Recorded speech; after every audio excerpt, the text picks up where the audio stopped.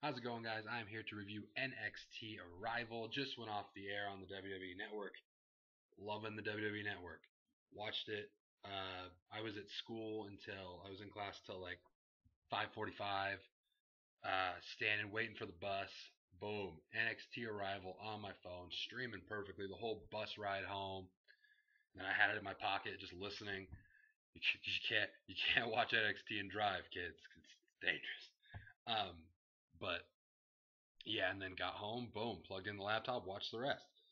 And this is not the first time I've seen NXT, but the first time I've watched a whole NXT sort of airing. So it was a good time. So yeah, the show starts off, and I watched the pre-show too.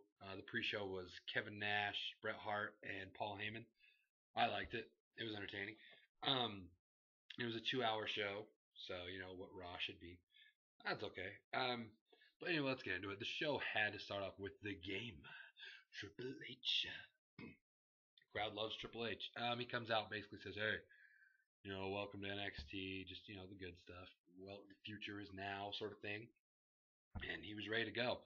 And they did a. I don't honestly. It runs together. I don't remember if they showed it on the pre. I think it was the pre-show. They showed the build-up for Cesaro over Sami Zayn, and they showed the 3 previous matches. One of which being the 2 out of 3 falls match, which I think is the one that there's something in my throat. It was really pissing me off. I think the 2 out of 3 falls one is the one that everyone proclaimed as like one of the best matches of the year. I think. I'm not sure. So I was excited to see this. Love Cesaro. I've heard a lot about Sami Zayn. This match lived up to it from the beginning. They were going after it, just beating the crap out of each other. There's so many spots that it's hard to think of any specifics, but a couple were the one where Sami Zayn ended up doing the reversal thing, where if you watch it, you'll know what I'm talking about. Cesaro has him up. He like fully flips over into like a power bomb pin reversal thing. That was awesome. Uh, Uppercuts aplenty. They sold the story really like because again I've never seen anything like this, but just from the build up, they built the story of Sami Zayn. He wants to beat Cesaro. He feels like he could have done something different in the 2 out of 3 falls match. Cesaro is the cocky, arrogant guy that's like, hey, I'm just better. There's nothing you could have done in that match to change the outcome. So you saw Sami Zayn pulling out all the stops. They kept saying, there's nothing that's going to make him tap out. He's not going to quit. The end, I like the ending too. It comes where Cesaro throws him up, hits an uppercut. Sami Zayn kicks out at 1. And he's like, not hulking up, but you could tell, and everyone, the crowd just like, what? And Cesaro's like, was that 1? Like, he couldn't believe that he kicked out. He's just running off adrenaline. And then Cesaro comes over, hits a huge uppercut, and then picks him up immediately, hits the neutralizer, 1, 2, 3. Cesaro's celebrating after, like, for a minute. Sami Zayn's off in the corner, feeling down on himself. Cesaro leaves, starts walking up the ramp. Before he leaves, all the way he comes back up the ramp, goes in there, helps him up, hug. They exchange in the ring, crowd chanting, hug it out, good stuff. So like I said, they shake hands, hug afterwards, and Sami Zayn got the seal of approval from Cesaro that he was looking for. Really good match, awesome opener. This is the one I was watching on the bus. It was a good time. The next match was C.J. Parker versus Mojo Rawley, and again, I think these were this was the only match. This was the only match on the card where I hadn't heard of either of them. But C.J. Parker, I don't know what his deal was. He was just chilling, but Mojo Rawley is my boy. He doesn't. Well, what was his thing? He doesn't get hype. He stays hype. I thought that was funny. That dude had so much energy. Like that dude was everywhere. It was cracking me up. I liked him. He was athletic too. Like he was athletic as it gets. It was crazy. Well, not athletic as it gets. We'll talk about that later. But for a random match between 2 guys I don't know anything about, it was pretty cool. The Mojo Rawley guy gets the win. He runs and does some huge jump where he just lands on him. Picked up the win. There you go. Then we got the Ascension, who I have heard of because they're my boys. The one time I watched part of an NXT episode, they were defending their tag team titles against, it was like an open challenge sort of thing. And out comes Scotty 2 Hotty, woo, and Grandmaster Sexay, Too Cool versus the Ascension. It was cool. It was cool to see Too Cool. That sounds like I have a very good vocab. But yeah, it was a fun match to see. Too Cool got their stuff in. They get to the point where he's about to do the worm. The crowd was going along with him. He goes, and at the end they pull him. Boom. It doesn't work out for him. The Ascension ends up getting the win. I mean, did you think Too Cool was going to become the NXT Tag Champions? Come on. So the Ascension won. The Ascension are my boys. I do remember them. Literally, it was on a random episode where it was like Fandango and Summer Rae versus Santino and Emma, and then right afterwards the Ascension had a match, and I was like, these are my boys. So they got the win. Good for them. Then we got Stephanie McMahon coming out randomly, and throughout the night, you saw Triple H and that, but in the crowd it was Dusty Rhodes, baby. Ooh, the American Dream. They just wanted to show that it was a big deal to people. Bret Hart just kept talking how happy he was to be there, and all that good stuff. But anyways, we get to Stephanie McMahon comes out. And he's like, she's like, I'm proud. They were chanting, "You've still got it." She's like, "I never lost it." I said, "By God, Steph, atta girl." But she was out there to hype up the Divas division. Emma versus Paige. I've heard of both of these people, obviously Emma, but I've heard of Paige. Whether it's reviews of, and like I've heard people. Well, I've watched videos about NXT. I've just never actually watched it. And they did a really good job of building this up on the pre-show as well, and through the vignettes on this, how Paige is more like the serious kind of sort of thing, and Emma's like the when you've seen her on Raw and SmackDown. So it was a good contrast of styles. And then once they got in the ring, they were good to. And this was a really good Divas match. I'm not used to seeing really good Divas matches, so me, I was just like, what? One of my favorite parts of the match, Emma hits this power bomb. I think they called it the Emma bomb, and the crowd starts chanting, "Better than Batista, better than Batista," and I just died. I literally died laughing. Then I was resurrected, but I died laughing at that. The better than Batista chants off the Emma bomb. That was hilarious.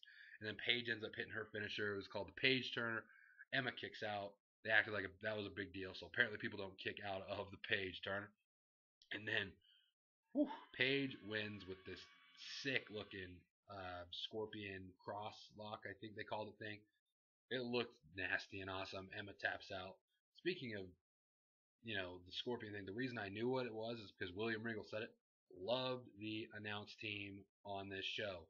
During the first part of Cesaro vs. Sami Zayn, I had got back to the car, and like I said, you can't watch NXT, so I had my headphones on. I had it in my pocket while I was driving, and their commentary was so good that like they were calling spots and stuff, so I could picture in my head what was going on. Unlike Raw or SmackDown, where Michael Cole and they would have been like, oh, talking about the WWE app and whatever, and you don't know what's going on. This I could picture in my head everything that was going on, and I just thought the commentators did a really good job, especially William Regal, pointing out the stuff you need to know.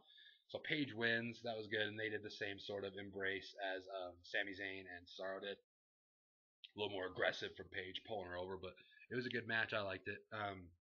Then we got Xavier Woods and Tyler Breeze. They were going to have a match. They come out. Tyler Breeze is my dude. Tyler Breeze is my guy. He's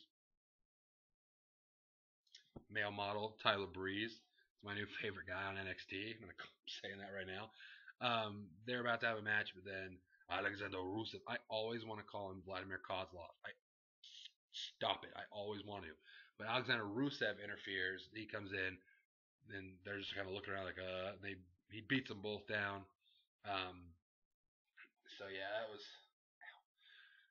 at least I recognize him from the Royal Rumble. So I guess he's a big deal. He was laying the hammer down, and then the chick was like, Rusev Vidal, kick the ass. And I was, all right, seems fair. And then I turned my phone off to come plug it into the laptop, and then apparently the stream was freaking out, and it just wouldn't do anything for a minute. So I don't know if there was anything between this and the main event, but if there was, it was probably good. But anyways, the next match is Adrian Neville versus Bo Dallas. Bo Dallas for life. You know what I'm saying? Bo Dallas, the sarcastic babyface heel character, just cracks me up. They cut to him earlier in the show they're like, Alex Riley's gonna talk to Bo Dallas on the pre-show. And I said, by God, he better be smiling ear to ear, cheesing, and he was. And just, it's okay to be scared, Believers. I'm scared of lightning and spiders. I freaking love Bo Dallas. I'm telling you. But who was I talking about earlier? Oh, Mojo Rawley. When I said athletic as it gets, I lied. Adrian Neville is athletic as it gets. Some of the stuff he was doing was ridiculous. They got a point where it was near the end of the match, and Bo Dallas is climbing, and apparently Bo Dallas had been the champion for 200 and somewhat days, so this was a big deal.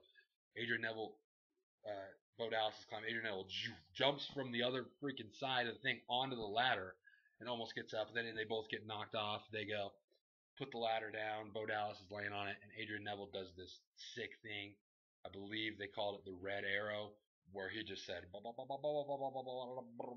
boom.